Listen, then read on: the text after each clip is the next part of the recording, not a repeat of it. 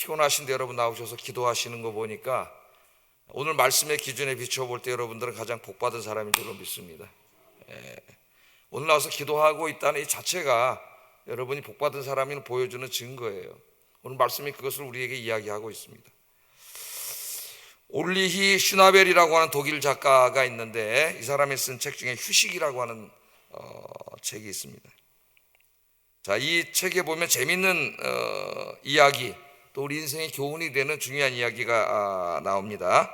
조그만 항구 도시에 가난한 어부가 자신의 보트에서 늘어지게 낮잠을 자고 있었습니다. 그때 그곳을 지나가던 이제 사업가가 어부를 깨우면서 말을 걸었습니다. 사업가가 말합니다. 여보시오, 하루에 몇 번이나 추로하시오. 아마 이제 사업가가 볼 때 그 젊은 사람이 배에서 낮잠을 자고 있으니까 좀 답답하게 여겼는지 하루에 몇 번이나 추로하냐고 물어봤어요. 그랬더니 어부가 하는 말이 한 번 나갑니다. 한 번. 그리고 이렇게 나머지 시간은 쉽니다. 이렇게 대답을 했습니다. 그랬더니 사업가가 좀 안타깝다는 듯이 이렇게 말합니다. 아니 왜 2번 이상 하지 않소? 그럼 3배로 많은 고기를 잡을 수 있을 게 아닙니까? 그렇게 얘기를 했대요. 그랬더니 어부가 하는 말이 그러면요. 그러면요. 사업가가 하는 말이 그러면이라니요. 그러면 2년 뒤에는 모터보트를 2척 살 수 있고 3, 4년 뒤에는 2, 3척의 보트로 훨씬 더 많은 고기를 잡을 수 있지 않겠습니까? 그럼 작은 냉동 창고에 훈제 생선 공장, 커다란 생선 처리 공장까지 지을 수 있고 잘만 하면 헬리콥터를 타고 날아다니면서 물고기의 떼의 위치를 미리 어선에 알려줄 수도 있지 않소. 사업 구상을 얘기했어요. 그랬더니 어부가 하는 말이 그런 다음에는요? 또 물어보는 거예요. 그러니까 사업가가 하는 말이 그런 다음에는 여기 항구에서 편하게 앉아가지고 햇살 아래 달콤한 낮잠을 즐기는 거예요. 저 멋진 바다를 감상하면서. 그러니까 어부가 하는 말이 여보시오, 내가 지금 그러고 있지 않소. 내가 지금 그러고 있지 않소. 여러분 오해하지 마십시오. 게으른 삶을 살라고 하는 말이 아닙니다. 더 나은 미래를 위해 노력하지 말라고 하는 말도 아니에요. 미래의 계획을 세우고 그 성취를 위해 노력하지 말라는 말이 아닙니다. 제가 이 이야기를 소개한 것은 인생의 진정한 행복은 돈을 많이 버는 데 있지 않다, 그거예요. 이 돈이라고 하는 것은 우리가 살아가는데 필요한 만큼만 있으면 된다고 많은 사람들이 이야기하고 있습니다. 필요한 만큼. 그 이상 욕심낼 필요가 없다는 거예요. 그래서 하버드 대학의 행복연구소라고 하는 것이 있는데 이 사람들이 연구 결과에 의하면은 우리가 살아가는데 필요한 돈, 그 이상의 돈은 인간의 행복에 거의 영향을 미치지 못한다고 합니다. 그런데 우리가 욕심을 내는 거죠. 욕심을. 그러므로 가장 어리석은 인생이 어떤 인생이냐? 돈 버는 것을 자기 인생의 목적으로 삼고 돈 버는데 자신의 인생의 모든 에너지와 시간을 다 쏟아붓는 그렇게 살다가 그냥 가는 사람, 제일 어리석은 사람이라는 거예요. 제일 어리석은 사람. 오늘 본문에는 하나님께 축복받은 사람들 3명이 등장합니다. 3명. 오늘 그 사람들에 대해서 얘기하려고 하는데요, 그 사람들은 그렇게 돈이 많지 않지만은 이 세상에서 제일 행복한 삶을 살았던 그런 사람들이에요. 마리아와 시므온과 안나라고 하는 3사람이 오늘 본문에 나옵니다. 자, 누가는 이 3사람의 복받은 모습을 2가지 측면에서 우리에게 이야기하고 있는데 그 2가지를 좀 생각해 보려고 해요, 이 아침에. 첫째, 이 사람들이 왜 복받은 사람들이냐? 이 사람들은 하나님을 경외하는 사람이었다. 그 죄악으로 가득한 세상 속에서 하나님을 경외하고 사는 사람, 그래서 복받은 사람이라는 거예요. 두 번째는 하나님의 구원 사역에 자신의 모든 것을 들여 헌신한 사람입니다. 그래서 복받은 사람이에요. 이 2가지 관점에서 복을 이야기하고 있습니다. 그 죄악 세상 가운데에서 죄악의 물결에 쓸려가지 않고 하나님을 경외하며 산 사람. 여러분 그렇게 살고 계시죠? 그게 복받은 사람이 그렇게 사는 자체가. 그 다음에 돈 버는데 세상에 거 욕심내고 탐욕을 부려가지고 그거 조금이라도 더 갖는데 좀 더 키우고 번영시키고 성장시키고 이런데 평생을 바치는 사람이 아니라 하나님이 맡겨주신 사명, 교회와 복음을 위한 사명을 감당하는데 하나님 주신 것들을 다 드리면서 사는 사람. 그렇게 살고 있다면은 그 사람은 하나님을 복받은 사람이라고 성경은 이야기하고 있습니다. 그럼 반대로 하나님이 맡겨주시는 일은 관심이 없고 교회와 복음 전한 일에 관심이 없고 그냥 세상 것 좀 더 얻는 데 관심이 있게 살아가는 사람은 복받은 사람이 아니에요. 그 사람이 아무리 많이 돈을 가지고 있다 할지라도 성경은 그것을 복이라고 하지 않습니다. 하나님이 그렇게 인정해 주지 않아요. 자, 그래서 오늘 이제 이 세 사람을 두 가지 관점에서 본다 그랬어요. 하나님을 경외하는 사람, 그들은 어떻게 하나님을 경외했는지, 두 번째는 어떻게 이 구원의 기쁜 소식을 알리는데 자기 인생을 드렸는지, 두 가지 관점에서 좀 생각을 해보겠습니다. 첫째, 하나님을 경외하는 삶에 대해서 좀 살펴보겠습니다. 자, 마리아와 시므온, 안나는 죄악이 가득한 세상에서 세상의 유혹에, 죄의 유혹에 빠지지 않고 오직 하나님을 경외하며 살았다고 이야기합니다. 첫째, 마리아를 한번 보겠습니다. 마리아는 예루살렘에 사는 여성이 아닙니다. 그 갈릴리 호수 근처의 작은 시골 마을에서 살았던 여인이었어요. 그래서 가브리엘이 찾아와서 그 수태고지, 네가 메시아를 잉태하게 될 거라는 이야기를 했을 때 자신을 뭐라고 소개해? 나는 비천한 여인이라고 그러죠. 비천한 여인이라고 그렇게 이야기하고 있습니다. 자, 시골에 살던 여인이었는데 이 마리아는 도시의 화려한 생활을 동경하면서 신세에 한탄하며 살지 않았습니다. 나는 왜 시골에서 이렇게 태어나서 시골에서 살지? 신세에 한탄하지 않았어요. 조용한 시골에서 살았지만은 진실하게 하나님을 섬기면서 하나님의 말씀대로 경건하게 그렇게 살았습니다. 마리아는 한마디로 말하면 하나님을 경외하는 여인이었어요. 마리아가 하나님을 경외하는 여인이었다는 것은 오늘 말씀에 잘 나옵니다. 21절, 24절. 그가 어떻게 하나님을 경외하는 사람이었는가? 21절, 24절에 잘 나와요. 한번 읽어보겠습니다. 21절, 24절. 마리아가 어떤 사람인지 시작. 그 이름을 예수라 하니 곧 잉태하기 전에 천사가 일컫는 바리라. 모세의 법대로 정결 예식의 날이 참에 아기를 데리고 예루살렘에 올라가니 이는 주의 율법에 쓴 바 첫 해에 처음 난 남자마다 주의 거룩한 자라 하리라 한 대로 아기를 주께 드리고 또 주의 율법에 말씀하신 대로 산비둘기 한 쌍이나 혹은 어린 쥐비둘기 둘로 제사하려 함이더라. 아멘. 여기 이제 첫 아들을 낳은 다음에 하나님 앞에 이제 그 여인이 한 달 동안 부정합니다. 한 달 후에 이제 정결 예물을 드리라 그렇게 했는데 정결 예물을 드릴 때에 오늘 뭘 드렸어요? 보면은 산비둘기 한 쌍, 쥐비둘기. 여러분 출애굽기 13장을 읽어보면은 산비둘기와 쥐비둘기는 양을 드릴 수 없는 형편에 있는 가난한 사람이 드리는 제물이에요. 그러니까 이 생활이 넉넉하지 않았다는 걸 우리에게 보여주고 있습니다. 그런데 마리아가 어떻게 해요? 아이를 낳은 다음에 이름을 예수라 하라 지었어요. 천사를 통해서, 가브리엘을 통해서 하나님이 아이를 낳으면 이름을 예수라 하라 그랬죠. 하나님 말씀대로 그렇게 순종을 했습니다. 또 난지 8일 만에 가서 아이를 할례를 받게 했어요. 율법의 말씀에 철저히 순종하고 있는 모습을 우리에게 또 보여주고 있습니다. 그 다음에 한 달이 지난 다음에 정결 규례할 때에 아들을 데리고 성전에 가서 하나님께 드리는 헌화식을, 일종의 헌화식을 하는 거죠. 그러니까 첫 자식은 하나님 뭐라 그랬어요? 첫 자식은 내 것이라 그랬어요, 여러분. 그래서 원래 우리 첫 자식은 하나님께 드려야 돼요. 그런데 우리 첫 자식이 다 목사가 될 수는 없잖아요. 다 제사장이 되고 그럴 수는 없지 않습니까? 이 시대에. 그래서 어떻게 했어요? 대신 속전을 내게 했어요. 속전을. 하나님께 속전을 내게 했고, 그리고 하나님은 제사장들은 따로 레위 지파라고 다른 선택을 했죠. 그래서 모든 가정이 첫 자식에 대한 속전을 성전에 드리면 그 속전을 대신 감당해주는 레위인들에게 드리는 게 성전의 중요한 시스템이었습니다. 그래서 여기 말씀 그대로 첫 아들을 낳았기 때문에 하나님께 드리기 위해서 성전에 데리고 간 모습이 그대로 여기 나오고, 또 레위기 12장에 있는 대로 정결 예물을 다 드렸어요. 그러니까 이 하나하나를 잘 보세요. 지금 마리아의 신앙생활을 잘 보시라고. 아이를 낳고 이름을 짓고 그 다음에 하나하나 해나가는 모든 이 단계가 다 하나님의 율법의 말씀대로 하고 있다는 것을 우리가 알 수가 있습니다. 그러니까 이 사람은 어떤 말씀이에요? 첫째, 율법의 말씀 잘 아는 사람이에요. 하나님의 말씀을 알지 못하면 이렇게 할 수가 없겠죠. 늘 주의 말씀을, 시골에 살면서도 주의 말씀을 읽고 묵상하는 여인이었기 때문에 하나님의 말씀을 너무나 잘 알고 있어요. 그리고 그 말씀을 아는 데서 그치지 않고 실제로 아이를 낳는다면 어떻게 해요? 그 말씀 그대로 딱 말씀대로 순종하고 있잖아요.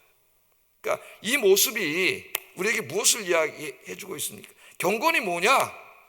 그걸 우리에게 이야기해 주고 있는 거예요. 왜 이렇게 하나님이 이 여인을 사랑하시고 칭찬하셨는지.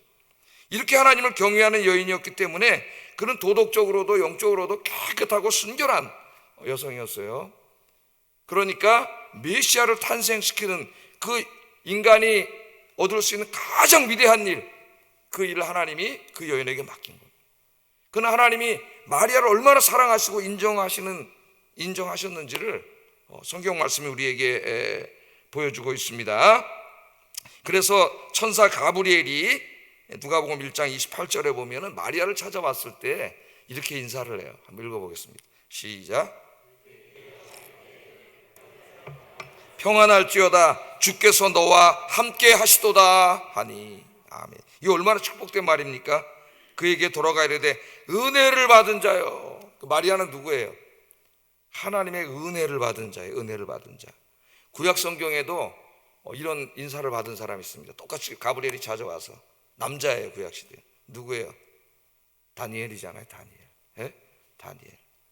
그 바벨론에 끌려가서도 어려서부터 바벨론의 문화와 종교에 동화되지 않고 그 땅에서도 하나님을 경외하며 살기로 20도 안 된 한 고등학교 1학년이나 됐을까요? 중3이나 그때 끌려가면서도 부모 떠나서 끌려가면서도 하나님을 경외하며 살자고 친구들하고 맹세했던 그런 사람이고, 거기 끌려가서 그 어려서부터 총리가 되어서도 하루에 3번씩 하나님 앞에 꼭 기도했던 그런 사람입니다. 그 사람을 찾아올 때 하나님이 가브리엘을 보내서 뭐라 하냐면 똑같은 인사를 해요. 은혜를 받은 자예요. 은총을 받은 자예요. 마리아는 하나님의 은혜를 받은 자예요. 예? 그 다음에 중요한 말이 나오죠. 하나님께서 너와 함께 하신다. 하나님께서 너와 함께. 그런 사람은 하나님의 은혜가 내리고 하나님이 함께 하시는 사람. 누가 제일 복받은 사람입니까, 여러분? 하나님의 은혜를 받고 하나님이 함께 하시는 사람이에요. 하나님. 여러분의 인생이 주님 앞에 갈 때까지 그런 복받은 인생이 되기를 주의 이름으로 축복합니다. 두 번째는 시므온을 한번 보세요. 시므온. 자, 시므온은 예루살렘에 사는 사람이에요. 시므온. 그런데 제사장이나 종교 지도자 그런 사람이 아닙니다. 그냥 예루살렘에 살고 있는 평범한 사람이었습니다. 이 시므온에 관한 이야기가 25절부터 32절까지 자세히 나와요. 길게 나오고 있습니다. 시므온이 하나님을 얼마나 잘 섬기는 훌륭한 신앙인이었는지, 그 얼마나 경건한 사람이었는지 누가는 상세하게 서술을 하고 있습니다. 25절에 보면 시므온에 대해서 이렇게 말합니다. 한번 읽어보겠습니다. 시작.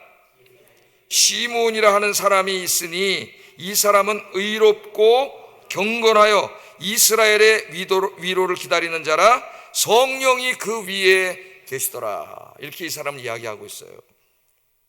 자, 이 누가는 시므온을 소개할 때 그의 직업이나 재산이나 학벌에 대해서 한마디도 하지 않습니다.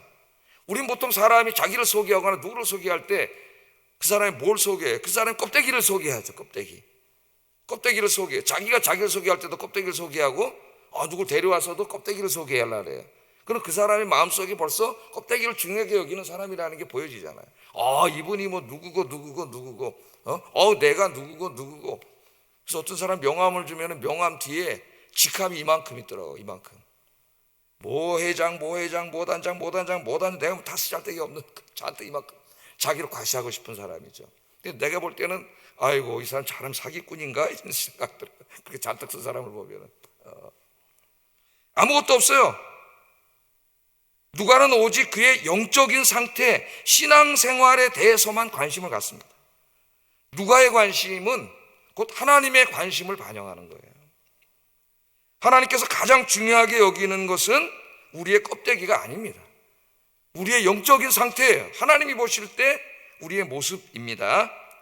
시므온은 어떤 사람이에요? 의롭고 경건한 사람이었다, 이렇게 소개를 해요.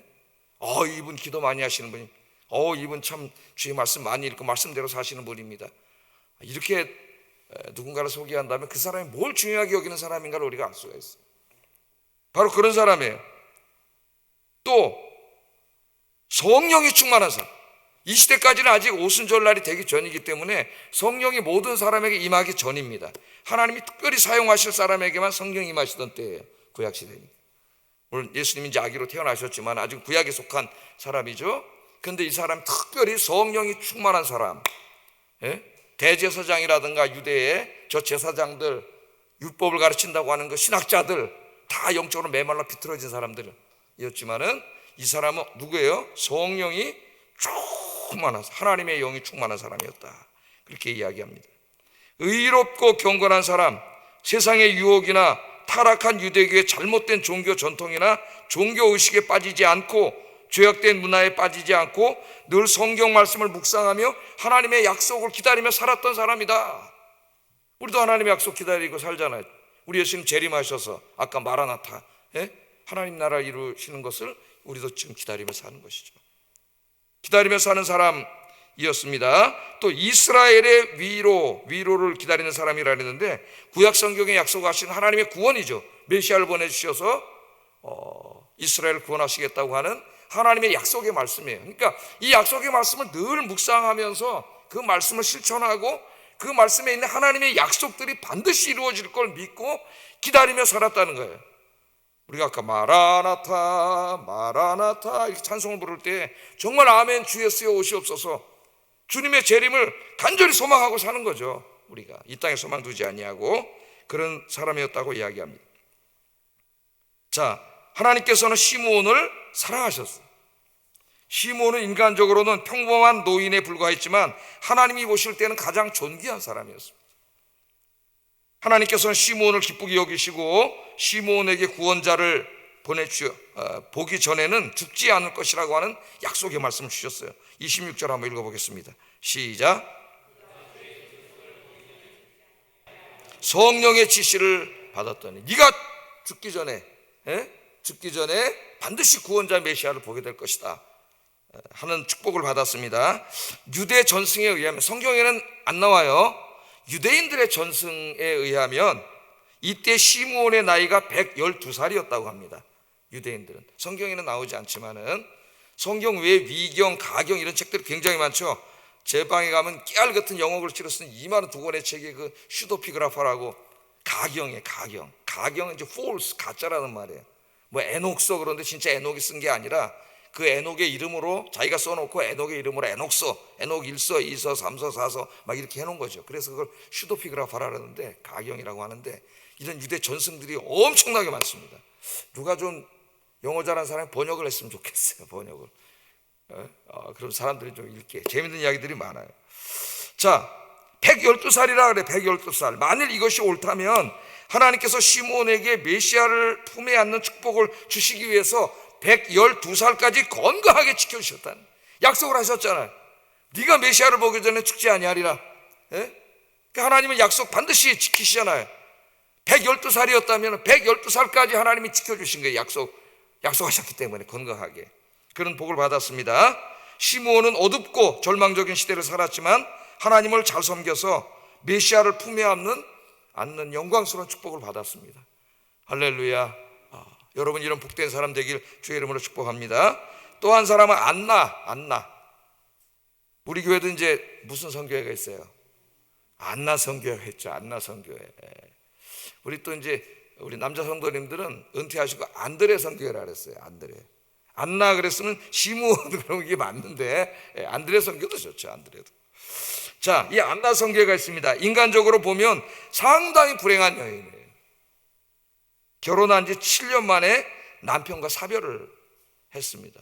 그러니까 유대인들이 20세 되기 전에 결혼을 했다면은 우리나라 나이로 많이 돼야 한 25살 그 정도 됐을 때 혼자 된 거죠. 과부가 된 거예요, 이 사람이. 그러나 안나는 이 자신의 불행에 짓눌려 살지 않았습니다. 누구에게나 고통이 올 수 있고 어려운 일이 올 수 있지만은 어떤 사람 그것을 이겨내고 주님과 함께 손잡고 행복하게 사는 사람이 있고, 어떤 사람은 그 고통에 짓눌려 가지고 일어나지 못하는 사람이 있어요. 빠져나오지 못해요, 그 안에서. 그래서 막 우울증에 걸리고 힘든 사람이 있습니다. 기도하는 사람은 그 고통을 이겨낼 줄로 믿습니다. 고통에 짓눌려 살지 않았어요. 모든 것을 정리하고 하나님의 성전에 들어가서 주야로 금식하고 기도하면서 하나님을 섬겼다고 이야기합니다. 36절 37절 한번 읽어보겠습니다. 시작.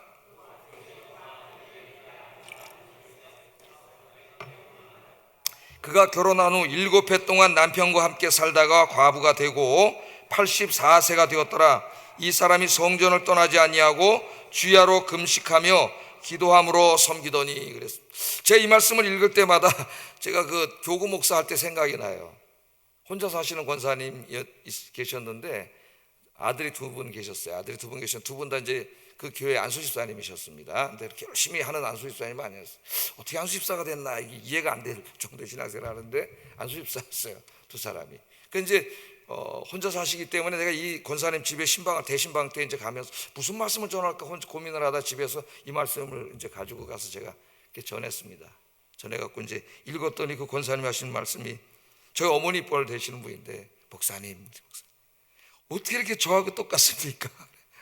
그 얘기를 하시는데 그 당신께서도 결혼한 지 딱 7년 만에 혼자 돼서 그 아들 둘을 젊어서 키운 거예요. 재혼을 하지 않고 이렇게 키웠습니다.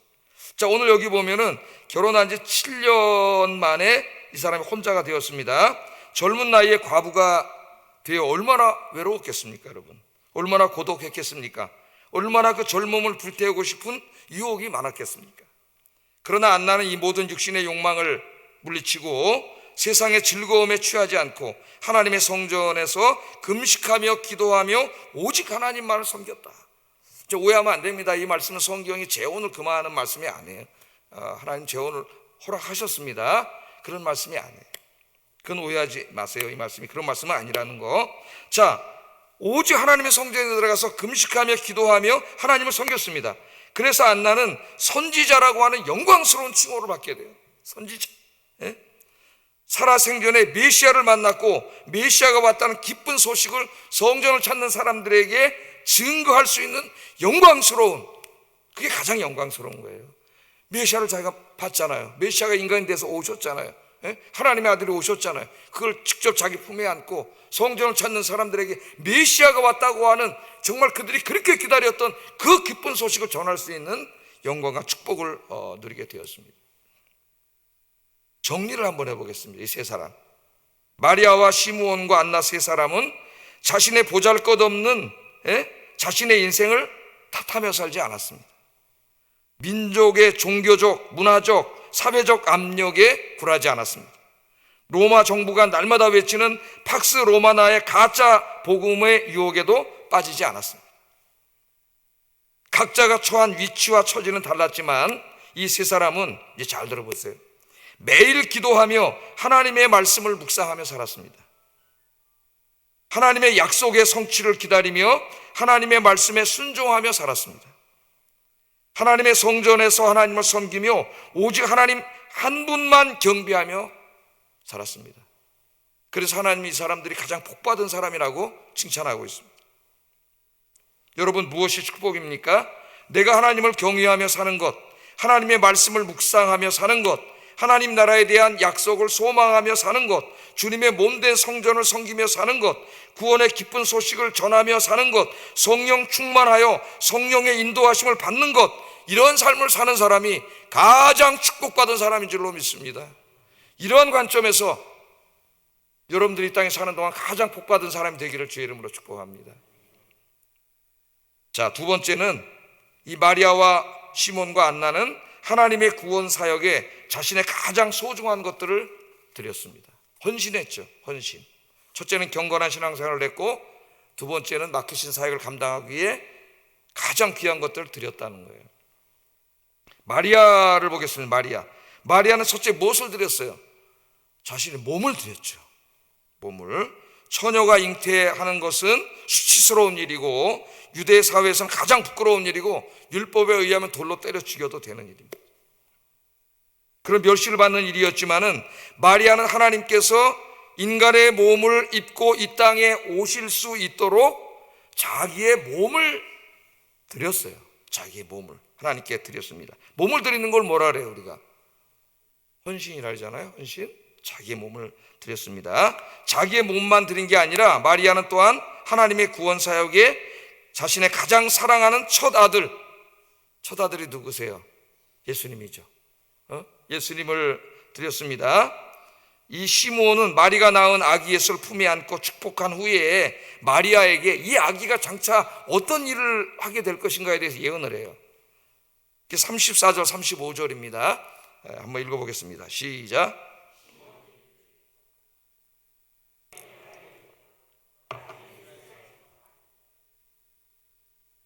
비방을 받는 표적이 되기 위하여 세움을 받았고 또 칼이 내 마음을 찌르듯 하리니 이는 여러 사람의 마음의 생각을 드러내게 하려 함이니라 하더라. 아멘. 자, 이 시므온이 그 마리아가 데리고 온 아기, 이제 마리아가 성전에 왔으니까 계산해 보면 한 달 이후에 정결하게 되거든요. 이제 왜 그랬는지는 우리가 자세히 연구해 봐야 되는데 그 레위기를 제가 강의해 놨으니까 한번 읽어보세요. 딸을 낳을 경우에는 2달이에요. 2달. 2달 후에 정결하게 되면 여인이. 근데 아들을 낳을 경우에 한 달 있으면 정결하게 돼요. 그래서 그 이제 정결 예물을 드려야 되는데 아이를 데리고 왔으니까 이제 한 달 됐을 때일 거예요 아마. 이제 아기를 데리고 한 달 된 아기를 데리고 이렇게 왔을 때 이제 그 아기를 품에 안으면서 이 아기가 얼마나 하나님의 축복을 받은 아기이며 얼마나 위대한 일을 할 것인가를 예언한 말씀이에요. 자, 시므온은 마리아의 아들 예수에게 이스라엘의 구원자가 되고 영광의 빛이 될 것이라고 하는 놀라운 축복을 합니다. 축복을 해요. 여러분 아기를 데리고 왔는데 놀라운 축복을 하는 거예요. 엄마의 마음이 얼마나 기뻤을까요, 여러분? 얼마나 행복했을까요? 자식이 잘 되는 것이 부모의 마음이죠.